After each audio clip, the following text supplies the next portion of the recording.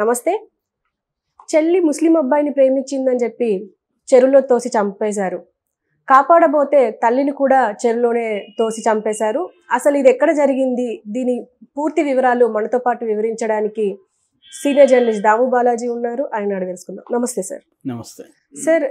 ఇది పరువు హత్య అనుకోవచ్చా? చెల్లి ముస్లిం అబ్బాయిని ప్రేమించిందని చెప్పి చెరువులో తోసి చంపేయడం, కాపాడబోతే తల్లిని చంపేయడం, ఇది పరువు హత్య అంటారా? ఖచ్చితంగా పరువు హత్య. ఇది ఏం జరిగింది అనేది ముందు చెప్పుకొని దాని తర్వాత నేను మాట్లాడతాను. ఇది వచ్చి మైసూర్ దగ్గర, మన కర్ణాటకలో మైసూర్ దగ్గర కేఎన్ హున్సూర్ అని తాలూకా ఉంది. ఆ తాలూకాలో మరూర్ అనే ఒక విలేజ్. ఆ విలేజ్లో సతీష్ అనే ఆయనకి, సతీషు అనిత భార్యాభర్తలు. వాళ్ళకి 2 పిల్లలు, నితిన్ పెద్దబ్బాయి, ధనుశ్రీ చిన్నమ్మాయి. ఆ అమ్మాయి 19 ఇయర్స్, సెకండ్ ఇయర్ డిగ్రీ చదువుతుంది. వాళ్ళ ఇంట్లో గత కొంతకాలం నుంచి గొడవలు జరుగుతున్నాయి, ముఖ్యంగా అన్నా చెల్లెల మధ్య. ఎందుకంటే ఈ చెల్లెలు ధనుశ్రీ ఒక ముస్లిం అబ్బాయిని ప్రేమిస్తుంది. అది అన్నకు తెలిసి అతనితో రిలేషన్షిప్ ఆపుకోమని ఈ అమ్మాయిని బెదిరిస్తున్నాడు. ఈ అమ్మాయి నేను ఆపుకోను, నాకు అతనంటే ఇష్టమని ఈ అమ్మాయి చెప్తుంది. ఇలాగా గొడవలు జరుగుతున్నాయి. తల్లిదండ్రులు కూడా ఏంటంటే, తల్లిదండ్రులు కూడా అమ్మాయికి చెప్తున్నారు, బట్ వాళ్ళు కొద్దిగా కన్విన్సింగ్గా చెప్తున్నారు. ఈ అబ్బాయి ఏమో తను కంట్రోల్ చేయడానికి ట్రై చేస్తున్నాడు, డామినేట్ చేస్తున్నాడు. దాంతో అమ్మాయి అబ్బాయితో గొడవ పడుతుంది. ఈ క్రమంలో ఒక 7 నెలల క్రితం ఏం జరిగిందంటే, ఇదంతా కూడా 1 ఇయర్ పైనుంచి జరుగుతుంది.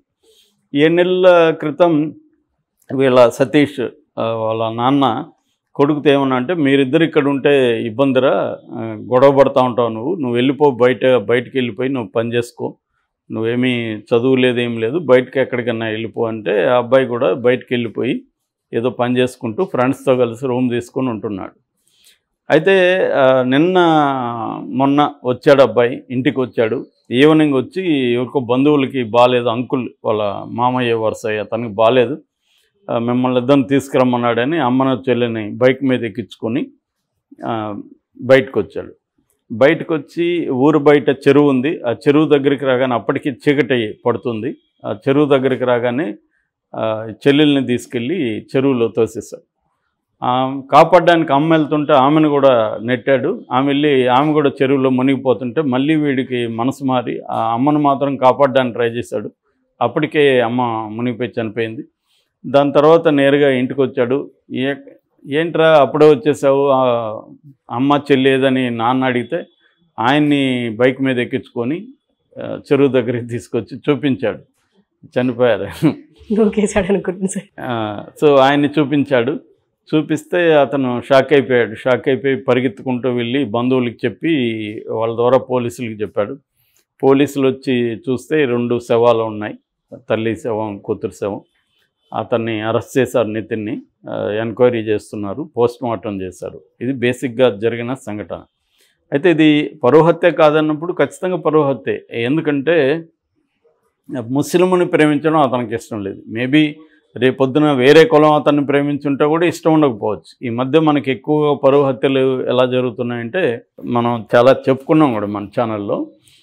వాళ్ళ కుటుంబ పరువు అమ్మాయి తీస్తుందని చెప్పి అమ్మాయిల్ని చంపడమే పరువు హత్య బేసిక్గా. హ్యూమన్ రైట్స్ వాచ్ కూడా ఎలా దీన్ని డిఫైన్ చేసిందంటే, వరల్డ్లో అన్ని చోట్ల జరుగుతున్నాయి. ఇది మన దేశమనే కాదు, ముఖ్యంగా వెనకబడిన కంట్రీస్ ఉంటాయి కదా, పాకిస్తాన్ కావచ్చు, మిడిల్ ఈస్టు, ఇటువంటి దేశాల్లో ఎక్కువ అంటే పరువు అనే కమ్యూనిటీ స్ట్రాంగ్గా ఉండడం, సమాజంలో లింక్స్ స్ట్రాంగ్గా ఉండడం, ఆ లింక్స్ ఉండడం వల్ల కుటుంబ పరువు అనేది పోతుంది అనేది ప్రధానంగా.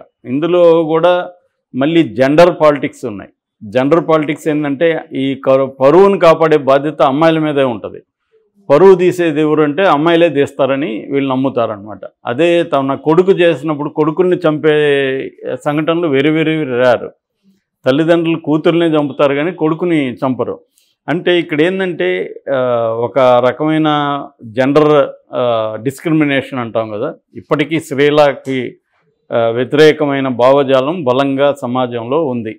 అంటే స్త్రీలకి కంప్లీట్ ఫ్రీడమ్ ఇప్పటికీ కూడా ఇవ్వట్లేదు. ఇండిపెండెన్స్ ఫైనాన్షియల్ ఇండిపెండెన్స్ ఎంతో వచ్చింది, ఎంతో ముఖ్యంగా అర్బన్ సెంటర్స్లో విమెన్ చాలా ఇండిపెండెంట్గా ఉంటున్నప్పటికి కూడా మ్యారేజెస్ విషయానికి వచ్చేసరికి ఫ్యామిలీ కంట్రోల్ విమెన్ మీద ఇంకా బలంగా ఉంది. అందుకనే పరువు హత్యలు మనమే ఎన్ని చెప్పుకుంటున్నాం, చెప్పుకోనివి చాలా ఉన్నాయి అంటే ఎన్నో చూడొచ్చు. మామూలుగా అయితే జనరల్గా తల్లిదండ్రులు కూతుర్ని చంపడం అనేది మనం అనేకసార్లు చెప్పుకున్నాం. ఆ మధ్య కూడా ఢిల్లీ దగ్గర తల్లి, తండ్రి, అన్న ముగ్గురు కలిపి అమ్మాయిని ఒకరు కాళ్ళు పట్టుకుంటే, ఒకరు చేతులు పట్టుకుంటే, ఒకరు గొంతు పిసికి చంపేశారు ముగ్గురు. అట్లాగే ఈ మధ్యనే చెప్పుకున్నాం 1 వీక్ 10 days బ్యాక్ తమిళనాడులో తల్లిదండ్రి కూతురు మీద పెట్రోల్ పోసి కాల్చి చంపేశారు. కూతురు దళితుల్ని ప్రేమిస్తుందని. జనరల్గా ఏంటంటే ఇండియాలో కాస్ట్ అనేది, కులం అనేది చాలా స్ట్రాంగ్గా ఉంటుంది కాబట్టి ఈ ముఖ్యంగా సోకాల్డ్ పెద్ద కులం చిన్న కులం అని లవ్ చేసినప్పుడు ఇవి జరుగుతుంటాయి. అది బీసీలకు కూడా వర్తిస్తుంది. బీసీలు అప్పర్ కాస్ట్ మధ్య బీసీలు లవ్ చేశారని అప్పర్ కాస్ట్ చంపేస్తుంటే, బీసీలు ఏమో తమ పిల్లలు దళితుల్ని లవ్ చేస్తుంటే చంపేస్తారు. నేను ఇందాక చెప్పిన తమిళనాడు కూడా అలాంటిదే. ఒక బీసీ అమ్మాయి దళిత అబ్బాయిని లవ్ చేసింది. వాళ్ళు పెళ్లి కూడా చేసుకొని ఉంటున్నారు యాక్చువల్గా బయట ఎక్కడో. దాన్ని కనిపెట్టి వాళ్ళు పోలీస్ కంప్లైంట్ ఇచ్చి ఆ అమ్మాయిని బయటికి రప్పించి ఆ అమ్మాయిని ఇంటికి తీసుకెళ్ళి చంపేశారు. సో ఇలాంటివి చాలా ఉంటున్నాయి. ఇక్కడ ఏంటంటే మతం వచ్చింది. ఇక్కడ ముస్లిం అనేది మామూలుగా ఈ న్యూస్లు నేను చదివినప్పుడు కింద కామెంట్లు చూసా. ఈ న్యూస్లు నేను దాదాపు ఒక 5 పత్రికల్లో చదివా. 2 తెలుగు పత్రికలు, 3 ఇంగ్లీష్ పత్రికల్లో చదివాను. అన్నిట్లో కూడా కింద తెలుగు వాళ్ళు ఏం రాసినారంటే, నువ్వు మగాడివిరా బుజ్జి అని రాశారు వీడిని. అంటే వాళ్ళ చెల్లిని అమ్మని చంపేసిన దానికి నువ్వు మగాడివిరా బుజ్జి, బాగా చేసావురా బుజ్జి, వెరీ గుడ్ అని ఇలా అప్రిషియేట్ చేస్తున్నారు ఇతన్ని. దీనికి కారణం ఏంటంటే అతను ముస్లింని ప్రేమించిన చెల్లిని చంపడం అనేది కారణం. అదే వేరే కులం ఏంటి ఈ కామెంట్లు వచ్చి ఉండకపోవచ్చు. అంటే మనకి ఈ మధ్యకాలంలో ముఖ్యంగా బీజేపీ అధికారంలోకి వచ్చినాక హేట్రెడ్ టువర్డ్స్ ముస్లిం అనేది కాన్సెప్ట్ పెరిగింది. నిజానికి బీజేపీకి ఏమి హేట్రెడ్ లేదు. బీజేపీకి ఏమి ఉంటుంది, రాజకీయంగా ఉపయోగపడితే ముస్లిం హేట్రెడ్ని వాళ్ళు ఉపయోగించుకుంటారు. వాళ్ళకి ముస్లింల పట్ల పర్సే ఏమి హేట్రెడ్ లేదు. ఉంటే మన ఓవైసీ హెల్ప్ ఎందుకు తీసుకుంటారు వాళ్ళు? ఓవైసీ దేశవ్యాప్తంగా ముస్లింల ఓట్లని బీజేపీకి ట్రాన్స్ఫర్ చేసే పనే కదా ఓవైసీది. సో అన్ని బీహార్లో గెలిపించాడు, గుజరాత్లో గెలిపించాడు, ఉత్తరప్రదేశ్లో గెలిపించాడు, వెస్ట్ బెంగాల్లో ట్రై చేశాడు. సో ఆయన చేసే పని అదే. అంటే ఒక ముస్లిం సంస్థ పార్టీ మతవాద సంస్థ అయిన, హిందూ మతవాద సంస్థ అయిన బీజేపీని ఎందుకు గెలిపిస్తుంది? వాళ్ళు ఒకటే. కాకపోతే ఇక్కడ ఈ హేట్రెడ్ సామాన్య ప్రజల్లోకి బాగా ఇంకిపోయింది. ముస్లింలందరినీ ద్వేషించాలా అన్న ఒక అభిప్రాయం జనాల్లోకి బాగా వెళ్ళిపోయింది. లేకపోతే ఇన్ని కామెంట్లు ఎక్కడ కూడా ఇది తప్పనే ఒక కామెంట్ కూడా నేను చూడలేదు. ప్రతి ఒక్కరూ నువ్వు బాగా చేసావు అంటున్నారు. వాడు ఒక దారుణమైన హత్య చేశాడు.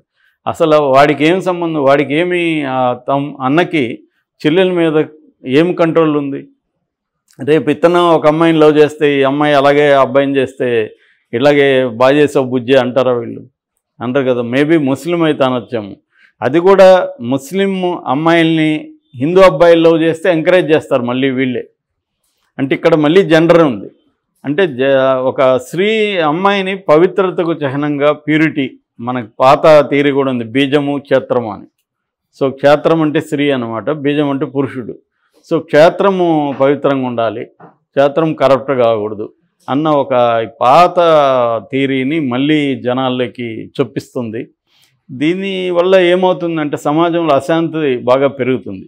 సో ముస్లింల అబ్బాయిలందరూ హిందూ స్త్రీలను లవ్ చేసి కావాలనే ప్లాన్డ్గా లవ్ జిహాద్ పేరుతో చేస్తున్నారు. లవ్ చేసి వాళ్ళని ప్రెగ్నెంట్ చేసి వదిలేయండి అని వాళ్ళు ప్లాన్ చేస్తున్నారు అన్న ఒక అభిప్రాయాన్ని జనాలు కల్పిస్తున్నారు. నిజానికి నాకు తెలిసి చాలామంది ముస్లిం హిందూ పెళ్లి చేసుకొని చక్కగా ఉన్నారు. వాళ్ళేమీ ప్రెగ్నెంట్ చేసి వదిలేయట్లేదు. అట్లని హిందూ అబ్బాయిలు ప్రెగ్నెంట్ చేసి వదిలేయట్లేదా, మోసం చేయట్లేదా?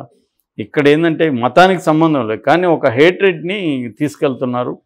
సో ఇక్కడ మతము జెండరు రెండూ పనిచేసినాయని మనం అర్థం చేసుకోవచ్చు. దీనికి వ్యతిరేకంగా ఎడ్యుకేట్ చేయాల్సిన అవసరం ఉంది, ఫైట్ చేయాల్సిన అవసరం కూడా, విమెన్ ముఖ్యంగా ఫైట్ చేయాల్సిన అవసరం ఉంది. ఈ ఫైట్కి సపోర్ట్ సిస్టమ్స్ తీసుకోవాల్సిన అవసరం ఉంది. యూత్ కూడా ఇప్పుడు ఈ అమ్మాయి తను ఒకటే కొట్లాడకుండా ఈ ఇష్యూని బ్రాడర్గా ముందే తీసుకెళ్ళి ఉండాలి. అక్కడ ఉన్న మహిళా సంఘాల దగ్గరికి కానీ.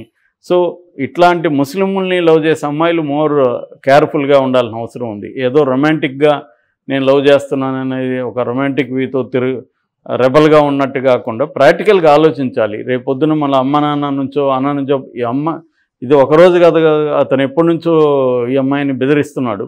దీన్ని అమ్మాయి సీరియస్గా తీసుకున్నట్టుగా మనకు కనబడలేదు. చిన్నపిల్ల కావడం కావచ్చు, లేకపోతే అమ్మాయి ఇట్లా చేస్తాడని అనుకోకపోవడం కావచ్చు. ఏదేమైనా లవ్లో ఉండేవాళ్ళు డేంజరస్ పనులు ఉన్నట్టుగా వాళ్ళు ఫీల్ అయ్యి జాగ్రత్తలు తీసుకోవాలి. ఇటువంటి ఘర్షణ ఉన్నప్పుడు, ఘర్షణ లేకుండా ఇరువైపులా సపోర్ట్ చేస్తే ఓకే, నో ప్రాబ్లం. సో ఆ జాగ్రత్తలు లవర్స్ కూడా తీసుకోవాల్సిన అవసరం ఉందనేది మనకి take away. Okay sir, thank you.